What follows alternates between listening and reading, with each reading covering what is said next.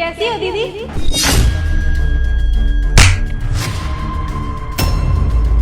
तेरी हिम्मत कैसे हुई मुझे दीदी बोलने की? मुझसे रिश्ते जोड़ेगी?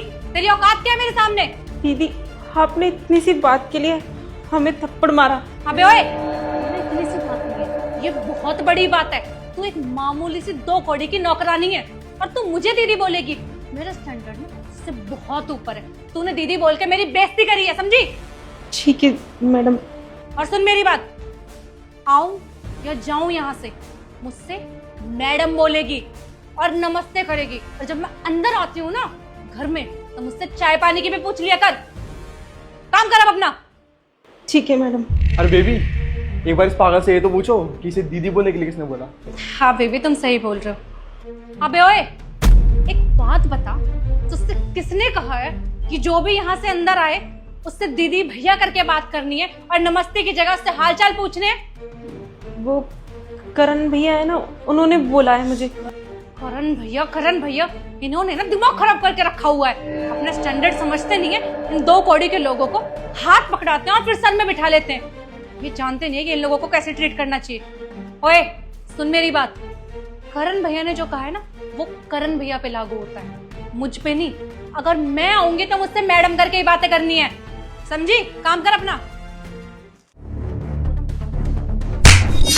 अंशी, तेरी हिम्मत कैसे हुई जूही के साथ इतनी बदतमीजी करने की? भैया आपकी हिम्मत कैसे हुई इस नौकरानी के चक्कर में अपनी बहन पे हाथ उठाने की? चुप कर। नौकरानी नहीं है वो, मेरी छोटी बहन जैसी है। जैसी तू है ना मेरे लिए, वैसी जूही भी है, समझी? भैया आपको इससे जो रिश्ता रखना है ना रखो, लेकिन मुझसे कंपेयर करने की जरूरत नहीं है। ये 2 कौड़ी की नौकरानी, इसकी औकात क्या है मेरे सामने? मेरी जैसी ना ये कभी नहीं बन सकती। आपको पता है मेरा स्टैंडर्ड कितना हाई है? मैंने कितनी बड़ी यूनिवर्सिटी से पढ़ाई करी है और अब मैं इतनी बड़ी कंपनी पे इतनी अच्छी पोस्ट पे हूँ, और ये झाड़ू पोछा करती है बस। ये मेरी बराबरी कैसे कर सकती है? अच्छा, तो तेरा ईगो एटीट्यूड बहुत ज्यादा है। ठीक है, तेरा ईगो और एटीट्यूड मैं अभी तोड़ देता हूं। तुझे पता है, मुझे बहुत अच्छे से पता है, 10th और 12th में ना तू चीटिंग करके पास हुई है। यहां तक कि जो तू यूनिवर्सिटी कह रही है ना, वहां भी ना तूने पास होने के लिए पैसे दिए, ये भी बहुत अच्छे से पता है। क्योंकि जब तू इंटरव्यू देने गई थी ना, तूने बताया था मुझे कि तेरा कहीं भी सिलेक्शन नहीं हुआ। उसके बाद तू कहां आई थी? यहाँ मेरे पैरों में गिर के तू माफी मांग रही थी, बोल रही थी भैया मेरा करियर खराब हो जाएगा, भैया मेरे को पैसों की जरूरत है, ये वो। तेरे पे तरस खा के मैंने तुझे नौकरी दी क्योंकि तू मेरी बहन है। आज तो मुझे एटीट्यूड और ईगो की बात बता रही है। ठीक है, तेरा एटीट्यूड ईगो इतना बड़ा है तो मेरा एटीट्यूड ईगो तेरे से बहुत ज्यादा बड़ा है। इसलिए अभी के अभी मैं तुझे अपनी कंपनी से निकालता हूँ। चल निकल यहाँ से। नहीं भैया, आप दीदी को काम पे से मत निकालिए, रहने दीजिए, आप माफ कर दीजिए इन्हें। ठीक है जूही, तुम कह रही हो इसलिए इसे माफ कर रहा हूं। थोड़ी शर्म कर ले। जिसके साथ तूने इतनी बदतमीजी की, जिसके ऊपर तूने हाथ उठाया, आज वही तेरी नौकरी बचा रही है। अगर तेरे अंदर थोड़ी सी भी शर्म है ना, तो माफी मांग ले इससे, तेरी बड़ी बहन जैसी है।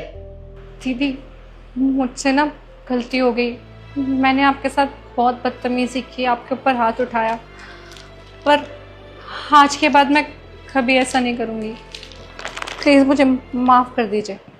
और हाँ, ये जो तू अपने बॉयफ्रेंड को यहां पे लेके आई ना मेरे से मिलवाने के लिए, मिल लिया इससे मैं बहुत।